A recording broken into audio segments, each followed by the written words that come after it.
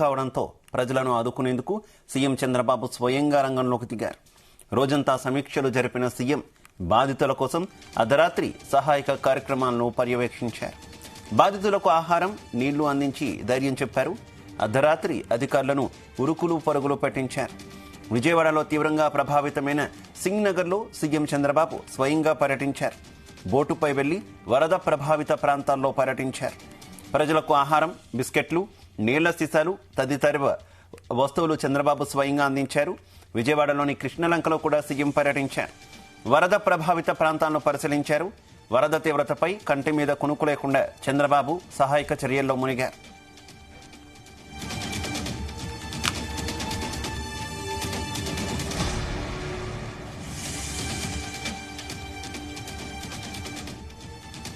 విజయవాడ జల దిగ్బంధం కావడంతో ప్రజలను ఆదుకునేందుకు సీఎం చంద్రబాబు స్వయంగా రంగంలోకి దిగారు. రోజంతా సమీక్షలు జరిపిన సీఎం బాధితుల కోసం అర్ధరాత్రి సహాయ కార్యక్రమాలను పర్యవేక్షించారు. బాధితులకు ఆహారం, నీళ్లు అందించి ధైర్యం చెప్పారు. అర్ధరాత్రి అధికారులను ఉరుకులు పరుగులు పెట్టించారు. విజయవాడలో తీవ్రంగా ప్రభావితమైన సింగ్ నగర్లో సీఎం చంద్రబాబు స్వయంగా పర్యటించారు.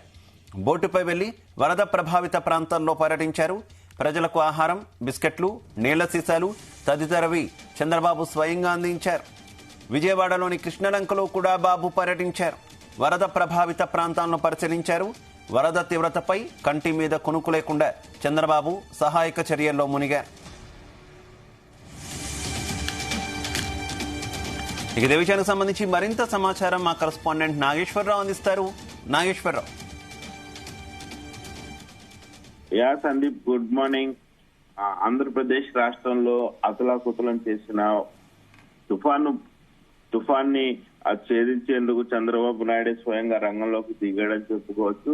ఏదైతే 2019 ఎన్నికలకు ముందు 2014 ఎన్నికలకు సంబంధించి కూడా చంద్రబాబు నాయుడు మొదటిసారిగా ముఖ్యమంత్రి అయిన నేపథ్యంలో హుదూద్ తుఫాను వచ్చింది. హుదూద్ తుఫాను వచ్చిన నేపథ్యంలో కూడా విశాఖపట్నం మొత్తం కూడా ఆ బెంబేలు ఎత్తిన పరిస్థితి ఉంది. అయితే ఈ మేరకే చంద్రబాబు నాయుడు విశాఖపట్నంలో ఉండే విశాఖపట్నం నుంచే మొత్తంగా కూడా ఆయన పరిపాలించిన నేపథ్యంలోనే విశాఖపట్నం చక్కదిద్దిన తర్వాతే ఆయన దాదాపుగా 10 రోజులు 11 రోజులు విశాఖపట్నంలోనే ఉండి పరిస్థితి చక్కదిద్దిన తర్వాత మళ్ళీ అమరావతికి వచ్చిన పరిస్థితి ఉంది.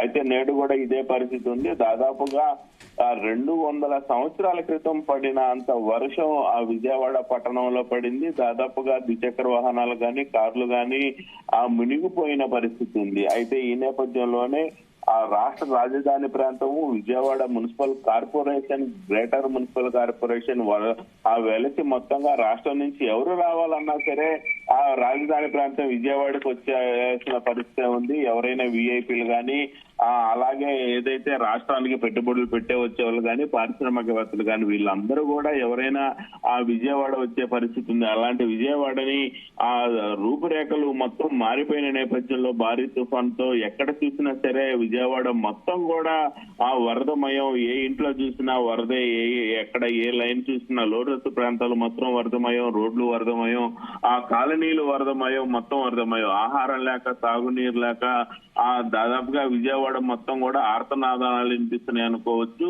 ముఖ్యంగా బుడమేరు పొంగటంతో కూడా నగరం మొత్తం కూడా అష్టదిగ్భం అయిందని చెప్పుకోవచ్చు. అయితే చాలా ప్రాంతాలకు కూడా రాకపోకలు కూడా లేక నిలిచిపోయినటంలో ఎటువంటి సందేహం లేదు. ఇంకా తప్పని పరిస్థితుల్లో పరిస్థితిని అదుపు చేయటంలో దిట్ట అయిన చంద్రబాబు తనదైన మార్కు వేశారు. ఆయన కలెక్టరేట్ లోనే మకాం వేసి సహాయక చర్యలపై, పర్యవేక్షణపై దృష్టి సాధించిన ఆ నేపథ్యం. అయితే విజయవాడలో ఇంతటి విపత్తు ఎప్పుడూ కూడా చూడలేదని పలువురు చెప్పడం, చంద్రబాబు నాయుడు స్వయంగా బాధితులను ఆదుకునే వరకు కూడా తాను ఇక్కడే ఉంటానంటూ కూడా ఆయనే స్వయంగా రంగంలోకి దిగి ఆహార పొట్లాల దగ్గర నుంచి ఆ మౌలిక వసతుల దాకా ప్రతి ఒక్కటి కూడా అన్ని తానే చూసుకుంటున్న పరిస్థితి ఉంది. అయితే అందుబాటులో ఉన్న వారి అందరికీ కూడా ఆహారాన్ని పంపాలంటూ కూడా ఆ హోటళ్లకు కూడా ఆదేశాలు జారీ చేశారు. ఎన్టీఆర్ జిల్లా కలెక్టర్ క్యాంపు కార్యాలయం కేంద్రంగా చంద్రబాబు నాయుడు సమీక్ష సమావేశాలు నిర్వహిస్తున్న పరిస్థితి ఉంది. అయితే ఒక రకంగా చెప్పాలంటే విజయవాడ దుఃఖదాయిని బుడమేరు నగరంపై విరుచుకుపడిందని చెప్పుకోవాలి. అతి భారీ వర్షాలకు తోడు బుడమేరు పొంగటంతో బెజవాడ నగర వాసులు వణికిపోయారని కూడా చెప్పుకోవచ్చు. శనివారం అర్ధరాత్రి నుంచి బుడమేరుకు నీటి ప్రవాహం పెరిగి వరదై పోటెత్తింది. ఆదివారం తెల్లవారేసరికి విజయవాడ పశ్చిమ మధ్య నియోజకవర్గాల్లోని చాలా ప్రాంతాల వరకు కూడా వరద దుప్పట్లో చిక్కుకున్నాయి. 2 రోజుల పాటు కురిసిన వర్షాలకు నగరం నీటి మునిగి పూర్తి స్థాయిలో ప్రజలు దిగ్భ్రాంతి పరిస్థితి. బుడమేరు పొంగటంతో పరిస్థితి మరింత దిగజారింది. దాదాపు 2,76,00,000 క్యూసెక్లు, దాదాపుగా 2.76 లక్షల మంది ఆహారం తాగునీరు లేక అల్లాడిపోయారు. వాళ్ళ ఇళ్లన్నీ కూడా 6 అడుగుల మేర నీటిలో పూర్తిగా మునిగిపోయిన పరిస్థితి ఉంది. ముందస్తుగా భారీ వర్ష సమాచారం ఉన్నా సరే అధికార యంత్రాంగం సమర్థంగా వ్యవహరించలేదు అన్న అపవాదు కూడా మూటగట్టుకున్నారు. ముఖ్యంగా అనుకున్న విధంగా సహాయక చర్యలు చేపట్టలేకపోయింది. ఇంత వరద వస్తుందని అంచనా వేయలేకపోవడంతో పరిస్థితులు అత్యంత దారుణ స్థితికి దిగజారంటూ సాక్షాత్తు చంద్రబాబు నాయుడే అన్న పరిస్థితి ఉంది.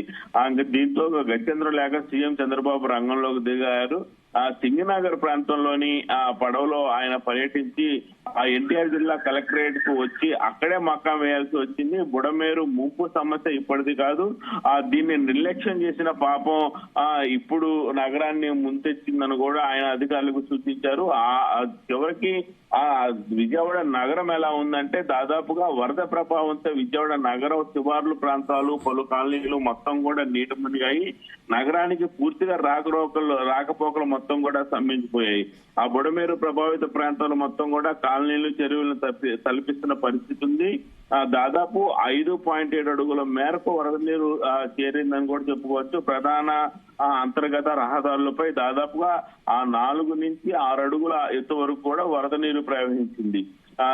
దాదాపుగా బుడమేరు వాగు పొంగి పొరలటం వల్ల విజయవాడలో ట్రాన్స్ఫార్మర్లు గాని, చెట్లు గాని, రోడ్లు గాని, కాలువలు గాని మొత్తం కూడా మౌలిక వసతులు దెబ్బతిన్నాయి. దీంతో విద్యుత్ శాఖ అధికారులు పూర్తిగా ట్రాన్స్ఫార్మర్లు మొత్తం కూడా నీటి మునగటంతో కరెంటు విద్యుత్ ఆపేసిన పరిస్థితి అయితే ఉంది. చంద్రబాబు నాయుడు పరిస్థితిని చక్కదిద్దటానికి ఆహారం మౌలిక వసతులు కల్పించడం కోసం నాగేశ్వరరావు ప్రధానంగా విజయవాడ ఈ స్థాయిలో మునిగిపోవడానికి గల కారణాలు ఏంటంటే విజయవాడకు వరదలు అనేది ఎప్పుడు కూడా కొత్త కాదు. అయినప్పటికీ కూడా పూర్తి స్థాయిలో ఏదో ఒక గ్రామం పూర్తి స్థాయిలో మునిగిపోయినంత స్థాయిలో వరద రావడం కారణం ఏంటి? మరోవైపు వెలగలేరు షట్టర్లు ఎత్తడం కూడా కొంత ప్రభావం చూపిందనేటటువంటి వార్తలు ఉన్నాయి. వాస్తవా? ఖచ్చితంగా ఏదైతే ఆంధ్రప్రదేశ్ రాష్ట్రానికి సంబంధించి ప్రధాన పట్టణాలలో విజయవాడ, విశాఖపట్నం, తిరుపతి గ్రేటర్ మున్సిపాలిటీలుగా ఇవి గ్రేటర్ మున్సిపల్ కార్పొరేషన్ గా తీర్చిదిద్దాయి. గ్రేటర్ మున్సిపల్ కార్పొరేషన్ గా తీర్చిదిద్దిన తర్వాత ఆంధ్రప్రదేశ్ లోని ఒక్క విశాఖపట్నం మున్సిపల్ కార్పొరేషన్ తప్ప మిగతా ఏ మున్సిపల్ కార్పొరేషన్ కూడా ఏదో ఆఖరికి కడప గాని, గుంటూరు గాని, విజయవాడ గాని, అలాగే తిరుపతి గాని ఇట్లా మిగతా మున్సిపల్ కార్పొరేషన్ అన్ని కూడా వరద నీరు వస్తే నీరు ఎటుపోవాలి, భారీ వర్షం పడితే నీరు ఎటుపోవాలనేది ఆ డ్రైనేజ్ వ్యవస్థ లేకపోవటం అనేది ఇప్పుడు కూడా ఓ ఆశ్చర్యకరమైన ప్రశ్న అని చెప్పుకోవచ్చు.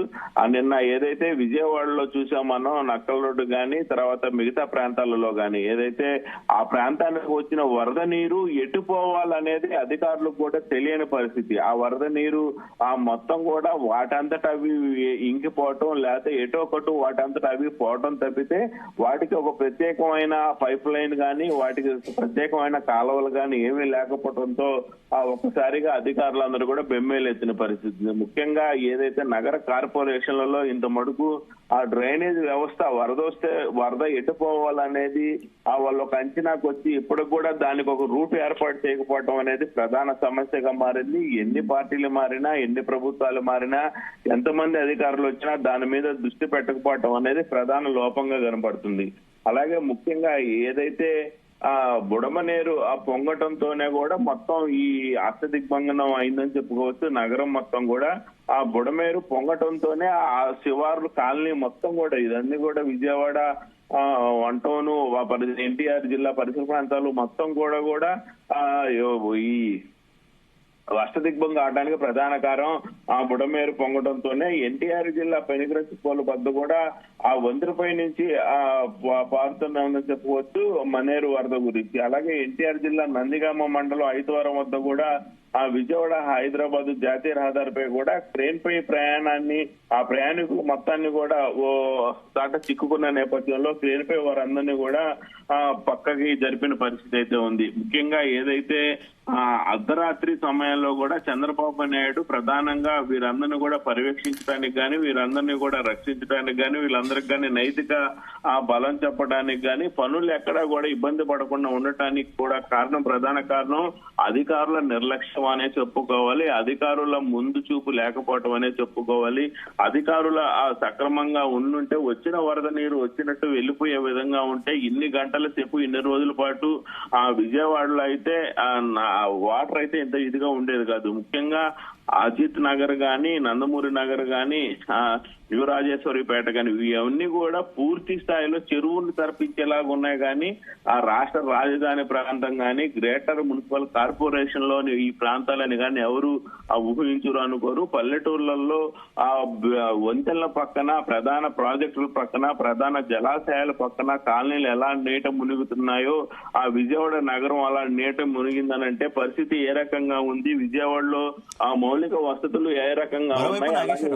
మరోవైపు నాగేశ్వరరావు, ఓ పక్క ప్రభుత్వం తీసుకుంటున్నటువంటి చర్యలు ఈ రకంగా ఉంటే, చంద్రబాబు ప్రజలోకి వచ్చి వెళ్తూ ఉంటే, అటు వైసీపీ కొన్ని విమర్శలు చేస్తుంది కదా, తీవ్రమైనటువంటి విమర్శలు.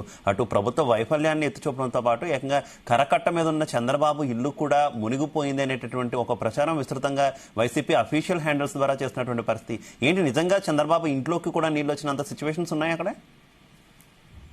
ఖచ్చితంగా శివ, ఏదైతే ఆ వరద ఉధృతి పెరిగే కొద్దీ చంద్రబాబు నివాసంతో పాటు చుట్టుపక్కల ప్రదేశాలకు కూడా దాదాపుగా రమారమి 10 లక్షల క్యూసెక్ల నీళ్లు అనేవి ప్రకాశం బ్యారేజీకి వచ్చి చేరుతా ఉంది. గతంలో కూడా ఎన్నడూ లేని విధంగా గతంలో హైయెస్ట్ 6 నుంచి 6.5-7 క్యూసెక్లు వరద నీరు వచ్చేది. ఇప్పుడు ఏకంగా 10 లక్షల క్యూసెక్లు వచ్చి చేరుతున్న పరిస్థితి ఉంది. పైన తెలంగాణలో కురుస్తున్న భారీ వర్షాలు కానీ, ఆంధ్రప్రదేశ్ లో కురుస్తున్న భారీ వర్షాలు కానీ ఇవన్నీ కూడా వెరసి నాగార్జున సాగర్, శ్రీశైలం డ్యామ్ నుంచి నాగార్జున సాగర్ నుంచి పులిచింతల నుంచి ప్రకాశం బ్యారేజీకి చేస్తున్న నేపథ్యంలో మరోపక్క చూసుకుంటే మహబూబాబాద్, ఖమ్మం జిల్లాలలో దాదాపు 40% వర్ష శాతం పడింది. ఆ వర్షం మొత్తం కూడా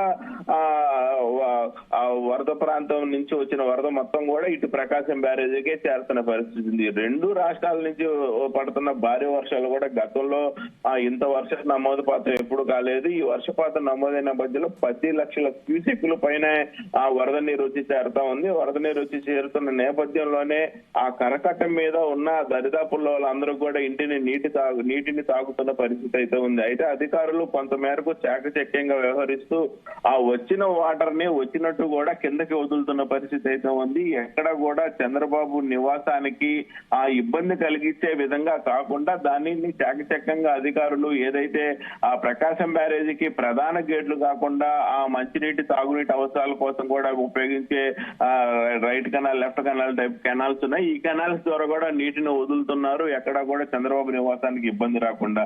అయితే చేసే పనివాడు గట్టివాడు అయితే ఎవరికి ఇబ్బంది ఉండదు అనే చందాన కరకట్ట మీద ఉండే నివాసాలకైతే ఎటువంటి ఇబ్బంది లేకుండా ఆ అధికారులు అయితే చూసుకుంటా ఉన్నారు. వారికైతే ఎటువంటి ఇబ్బంది వచ్చే పరిస్థితి కూడా ఎక్కడా కనపడట్లేదు Shiva. Okay, thank you Nageshwar.